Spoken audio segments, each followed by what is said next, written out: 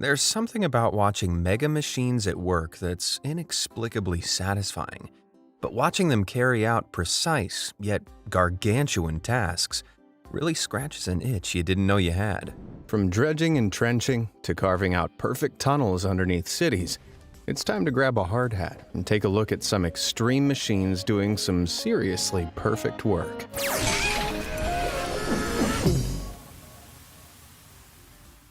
Ponzi harvesters. The word harvester alone probably gets most of you thinking about combine harvesters, which reap fields of crops like corn and wheat. But the harvesters that Ponzi make reap something a little larger than corn. These logging machines are daringly designed to take down entire trees, and all without the operator ever stepping foot outside of their comfy little cabin. How's that possible? Well, their Scorpion model, for example, works on 8 huge 26.5-inch tires that carry the 25-ton vehicle up the sides of steep and uneven forest terrain. Here, it uses that massive mechanical arm to swing a harvester head around the base of a nearby tree. The heads the Scorpion uses weigh a whole ton on their own and contain every tool needed to take a tree down. Once the tree is secured in its grip, a retractable chainsaw slices the trunk from its base. Then it's turned sideways, and rollers slide the tree through the head, where a series of razor-sharp delimbing knives slice off any branches. Considering how awesome this looks, I bet those operators find it really hard not to get carried away. Fortunately, these harvesters come with inbuilt measuring sensors to ensure the lumberjacks don't try cutting down trees that are too big for their machines to handle. Although with the right hands, they can handle a lot. The largest of Ponzi's harvester heads, known as an H10, is more than 7.5 feet tall and can process logs that are a whopping 3 feet in diameter. Now, if you appreciate the work of a well-oiled machine, be sure to hit those like and subscribe buttons down below. Unlike a machine, I don't have an off button, so you can be sure that I'll continue to make the most entertaining and fact-filled videos available online. Now, what amazing machine have we got next? Koshi Megumi Gosho Grab Dredger. Ever wondered how construction companies evacuate underwater areas? Well, one of the simplest and most oddly satisfying ways this is done is with a grab dredger. These machines rely on middle-opening clamshell buckets that are attached to gigantic crane barges, which are floated out to the areas that need excavating. These huge buckets are dropped into the water and, thanks to their sheer weight, sink down onto the seabed. Then, using hydraulics, they scoop up soft materials like sand and mud and drag it back up to the surface where it's deposited onto a waiting barge. As impressive as this operation looks, Koji Megumi's Gosho Grab Dredger takes this kind of excavation to brand new heights, or should I say depths. At almost 330 feet in length and 120 feet wide, this massive machine weighs in at a colossal 7,052 tons. That makes it the largest and heaviest grab dredger in the world.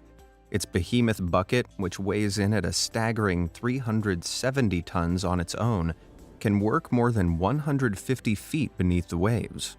That's so heavy that, for perspective, it'd be like dangling a large passenger jet at the bottom of the ocean. But once it gets there, the bucket can scoop up over 7,000 cubic feet of sludge. That's enough to fill nearly 900 bathtubs. Well, considering it can haul up a maximum of 690 tons of sludge at a time, I wouldn't want to be stood under this thing when it opens up. Daman CSD 500. So you've seen how grab dredging is done, but how do smaller, more precise dredging operations work? Well, say hello to the Daman CSD 500 cutting suction dredger. It may look like some sort of torture device, but it's actually designed to remove muck and mud from sea and riverbeds during mining and general dredging operations. So how does it work? Well, that intense-looking 5-bladed cutting head is just over 5 feet in diameter and is covered with 70 separate little chisels. This can stretch out or drill down more than 45 feet below the waterline, where it digs up any debris in its way. As it churns up the earth and sand, the resulting slurry is sucked up at a rate of more than 141,000 cubic feet per hour. That's enough to fill an Olympic-sized swimming pool with sludge every 30 minutes. But this vessel is only 126 feet long and 26 feet wide. So where does this Olympic amount of muck go? Well, discharge pipes attached to the vessel can be laid out along the shore, dumping the excavated sand and sludge at designated depots further inland. Well, good luck to any Olympic athletes who decided to take a dip in that.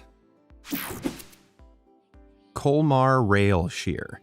If you had to guess, how heavy would you think a yard of mainline railway track was?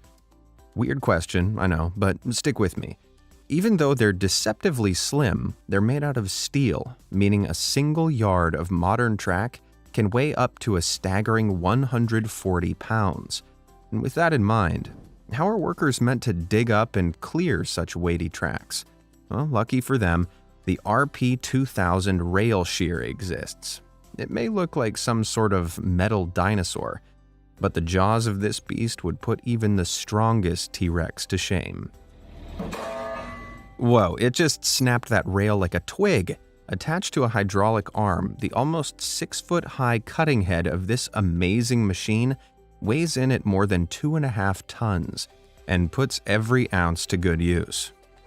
It grabs the rail horizontally in its V-shaped grip, and through its heavy-duty hydraulics, it applies a mammoth 1,000 tons of pressure to it, snapping it in twain. Now that's what you call a power tool. Big Boring Bertha. Have you ever wondered how huge tunnels for subways and highways are carved out underneath big cities? Well, massive infrastructure projects like this are too big for one man and a shovel to tackle alone, which is where tunnel boring machines like Bertha here come in to help.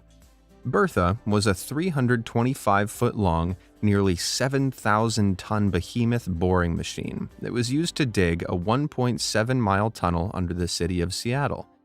The $80 million machine was shipped over from Japan back in 2013, and the massive 57.5-foot cutting wheel was fired up later that same year.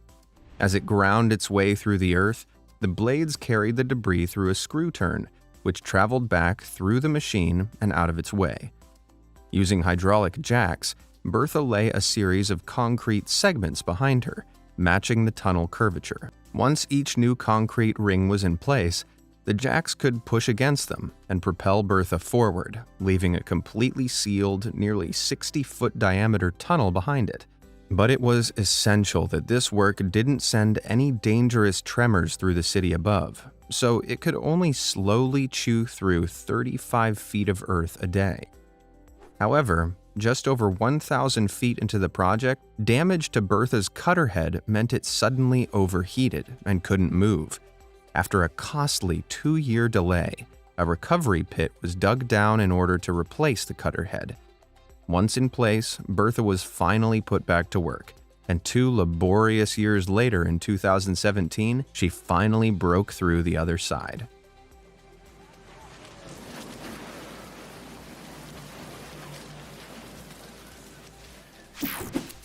Bucket wheel excavators. A lot of these extreme machines are pretty huge, but none of them come close to the sheer size or spectacle of bucket wheel excavators.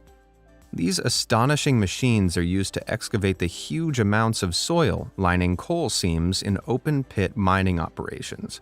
The buckets efficiently shovel up the dirt and, as the wheel rotates, drop it onto a conveyor belt. The belt runs along the length of the excavator's boom and dumps out the soil at the other end.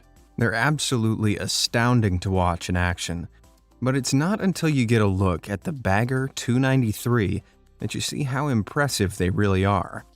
At 738 feet long, 151 feet wide, and a mammoth 314 feet high, This beast is one of the largest land vehicles in the entire world. From above, it may not seem all that big, but the wheel on its front is a gargantuan 70 feet in diameter alone, which is the same size as an average 6-story building. As it rotates, the 18 buckets on its wheel scoop up almost 20 cubic yards of earth each. That means in about 163 scoops, or just 9 rotations, this thing can shovel up enough earth to fill an entire Olympic swimming pool. While you never see one of these steely titans filling up a pool, like some sort of glorified pool boy, they certainly know how to make a splash. Bucket wheel trenchers. Now that brilliant bucket wheel design isn't just used to move mind-boggling amounts of earth from mines. On a much smaller scale, that efficient excavation wheel can be used in machines like this Alcon's EW200 trencher. Just like its bagger brother, the buckets on this machine scoop up earth as it's driven forward. Then it dumps the earth onto a much smaller conveyor belt where it's shot off to the side, leaving a perfectly cleared trench in its wake. It can continuously excavate up to 11,300 cubic feet of earth an hour, which is enough to fill about 1,400 bathtubs. With a trapezoidal mold trailing behind it, the resulting trench can be sculpted into a V-shape, ready to be lined with concrete to make a well-sealed gutter or canal. But if you need a regular trench dug without a fancy V-shape, then Tesmex 1475 XL Evo bucket wheel excavators got you covered. Like the EW200, it scoops up earth using that huge 13-foot diameter wheel while moving at a top speed of just 1.5 miles per hour. Even though its wheel is about a fifth the size of the Bagger 293, it's still about 1 story tall and can dig 9 feet down into the earth. So the trenches it digs are perfect for laying thick cables and pipelines without having to upheave huge swaths of earth. Well, I don't know about you, but I reckon operating this thing would be buckets of fun. Tesmec Chainsaw Trencher.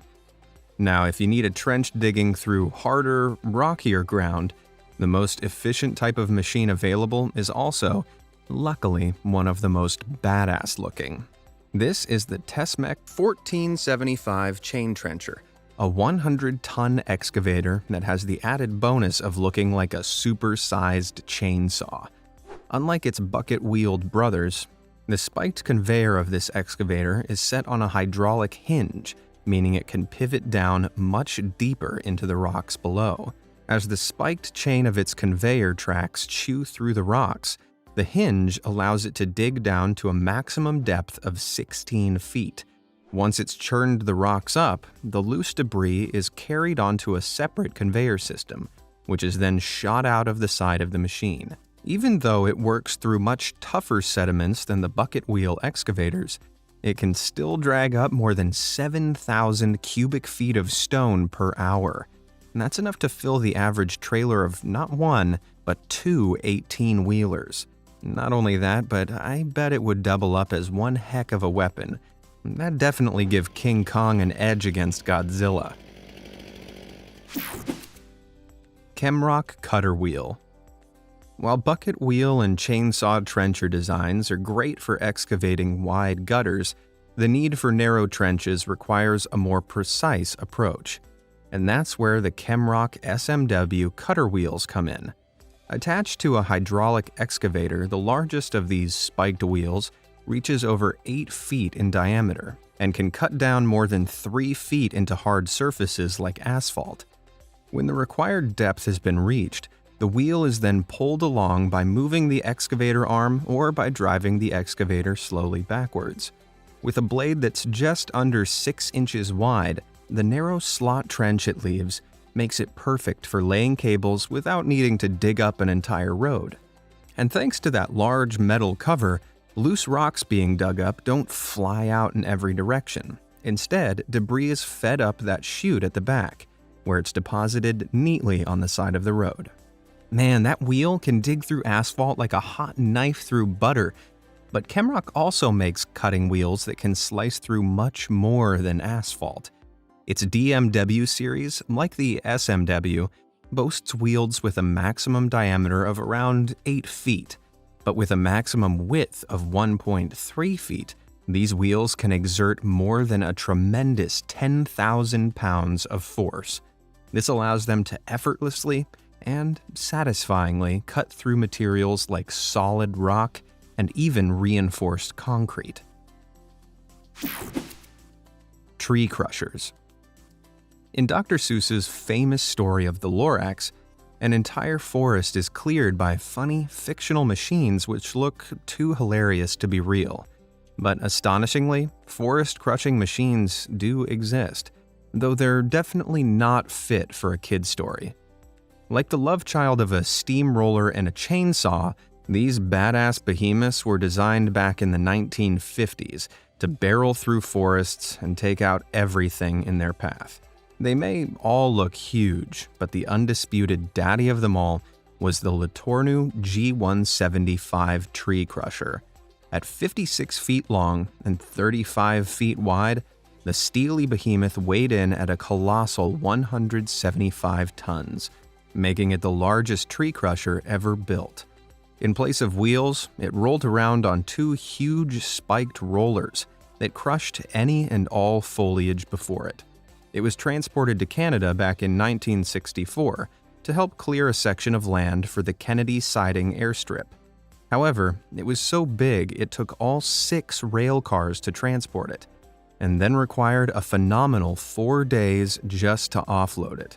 As more manageable machines were developed, the G175 became obsolete and crushed its very last tree back in 1975. Today, it can be found in British Columbia as a tourist attraction, and even though it's no longer in action, its spiked rollers still leave one heck of an impression, although it does make for some pretty hilarious photo opportunities as well. Amazing armor flex. Sometimes machines are only partially responsible for the perfect work they do, as proven by materials like ArmorFlex.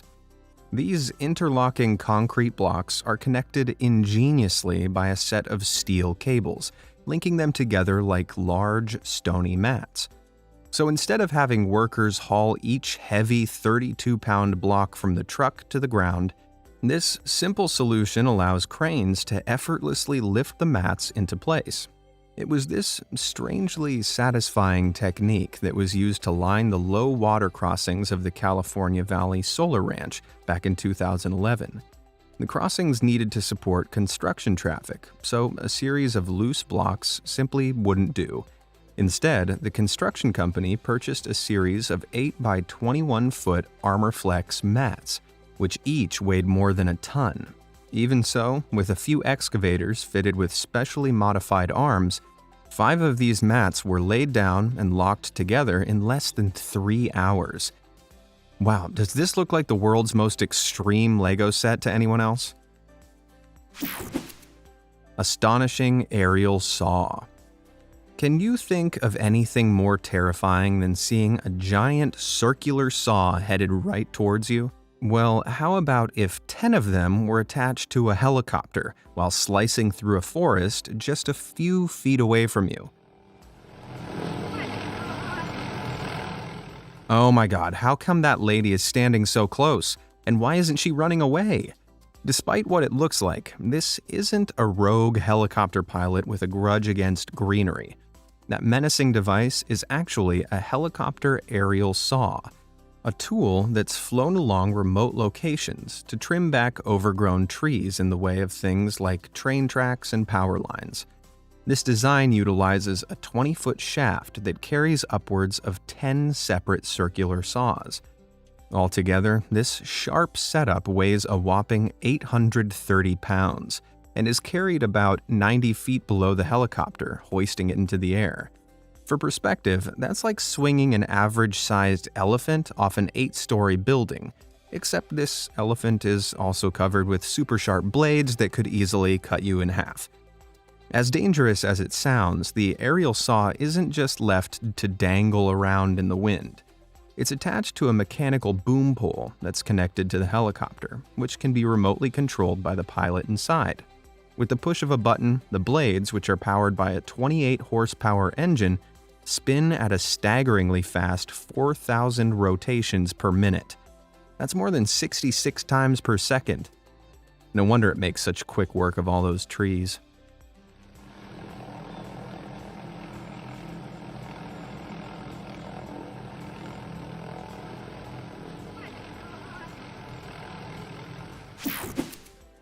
Vermeer Compost Turner. For anyone who doesn't have a green thumb, compost is a natural substance made by decomposing organic materials, like food waste and plant matter, into nutrient-rich fertilizer.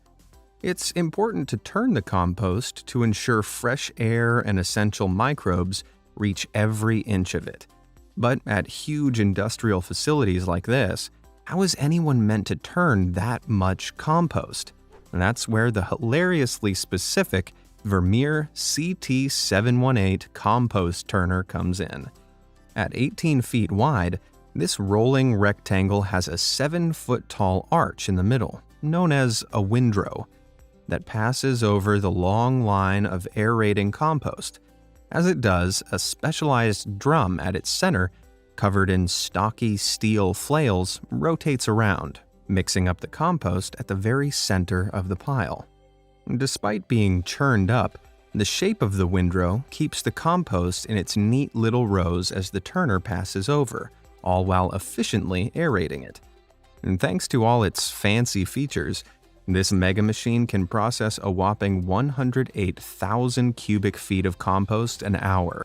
For perspective, that's enough to fill 257 standard shipping containers with compost every 60 minutes.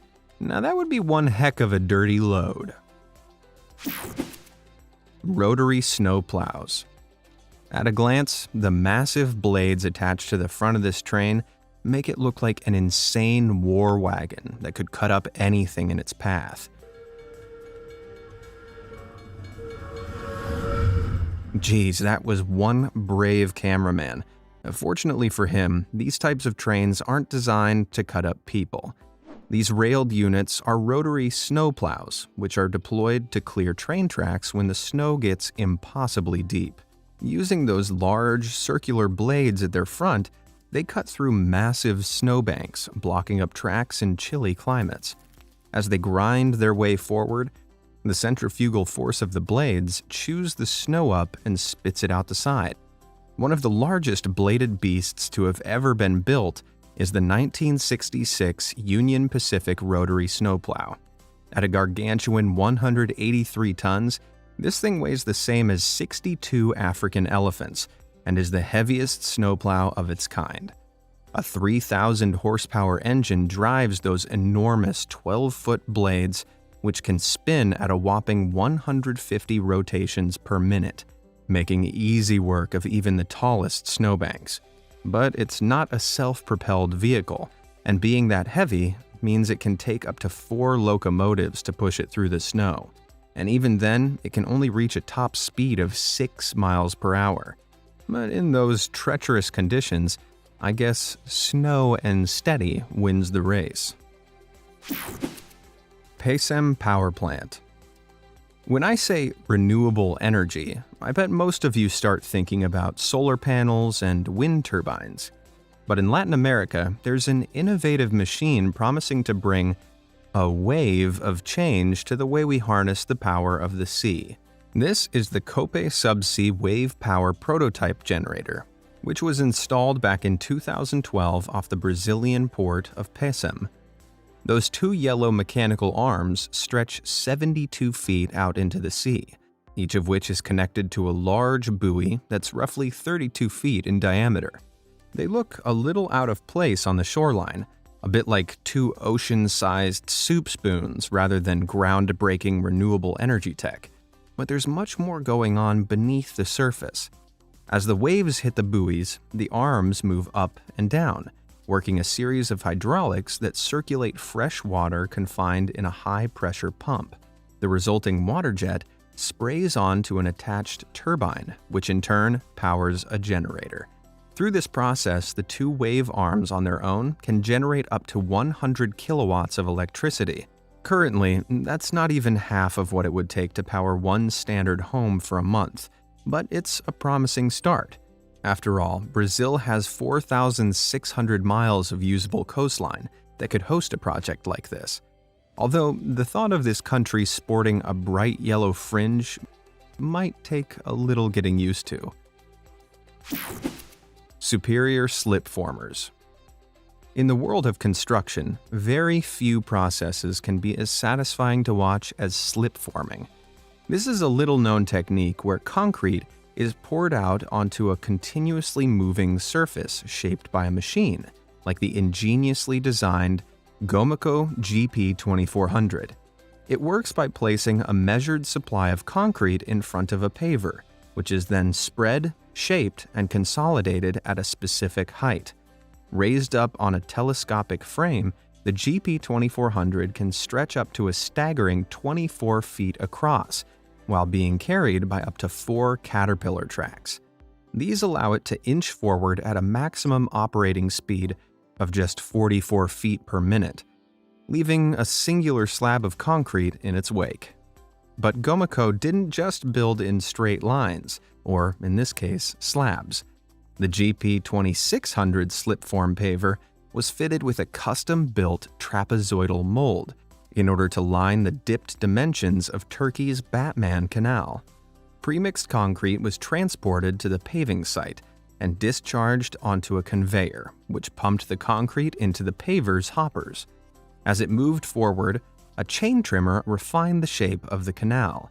On the other side of the mold, the wet cement was fed through and flatted onto the trench, covering it evenly along the sides and bottom.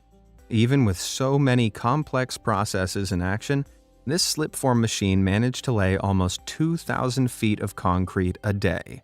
Although the GP2600 isn't the only canal slipformer on the market. Alcon's series PC6000 concrete hinge liner is so huge it can straddle canals that are over 80 feet wide.